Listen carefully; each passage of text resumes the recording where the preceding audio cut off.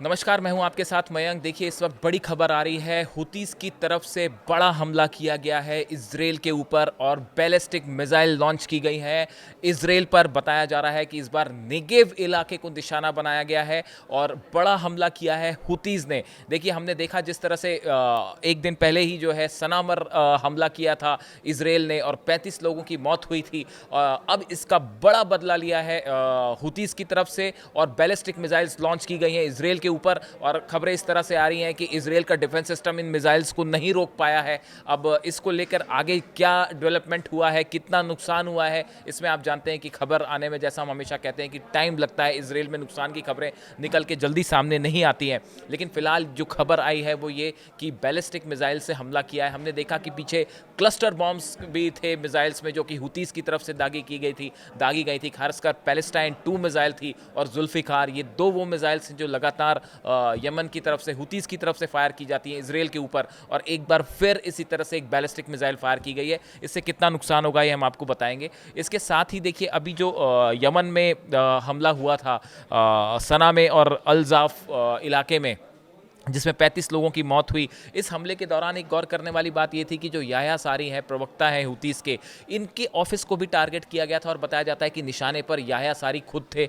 लेकिन इजराइल के fighter jets जब हमला कर रहे थे, उसी दौरान यमन ने अपना एयर डिफेंस सिस्टम स्टार्ट किया, जिसके बाद इजराइल के फाइटर जेट्स को अपना मिशन अधूरा छोड़ के वापस भागना पड़ा। कई सारे फाइटर जेट्स ऐसे थे जो अपने हथियारों को, अपने बॉम्ब्स को, मिसाइल्स को ड्रॉप नहीं कर पाए और उन्हें वापस जाना पड़ा हुतीस की मिसाइल्स को लेके। देखिए, जो याह्या सारी हैं, स्पोक्स पर्सन है, इनकी तरफ से बयान आया है, our air defence system we are able to launch a number of surface to air missiles while confronting the Zionist aggression against our country. इनकी तरफ से ये कहा गया है, हुती मिलिट्री स्पोक्स पर्सन है याह्या सारी, उन्होंने कहा है that the group used surface to air missile against the Israeli incursion, saying that some Israeli planes were turned back before they were able to discharge their weapons। इसके पहले कि Israel के fighter jets अपने weapons को drop करते, Houthis की तरफ से surface to air missiles launch की गई,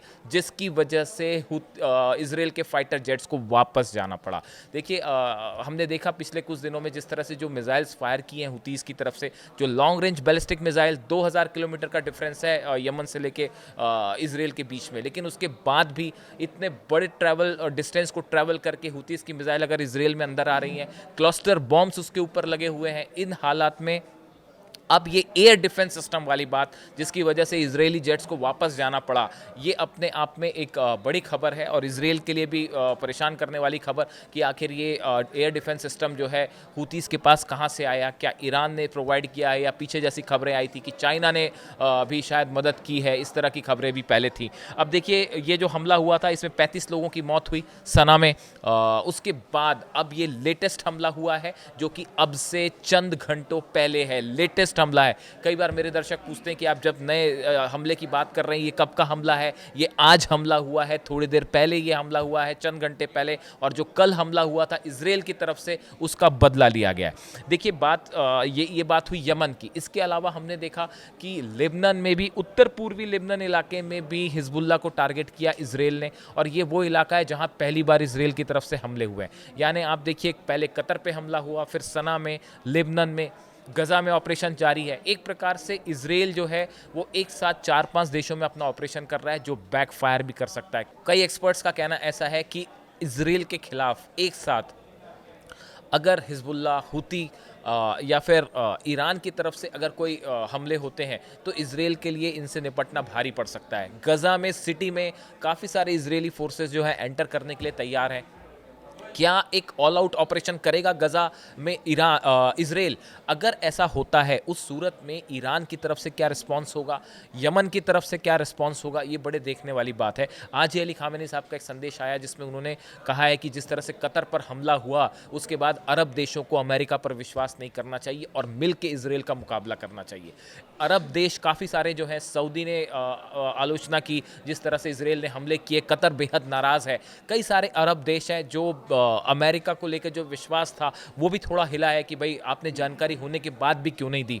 इस सिचुएशन में ये भी बात कहा जा रहा है कि जो माइकल रूबिन है, एक एक्सपर्ट है अमेरिका के, उनका जो बयान सामने आया कि एक बड़े मिशन के साथ इजराइल आगे बढ़ रहा है और जिस तरह से हमास के लीडर्स को निशाना बनाया जा रहा है और यमन में एक के बाद एक हमले हो रहे हैं।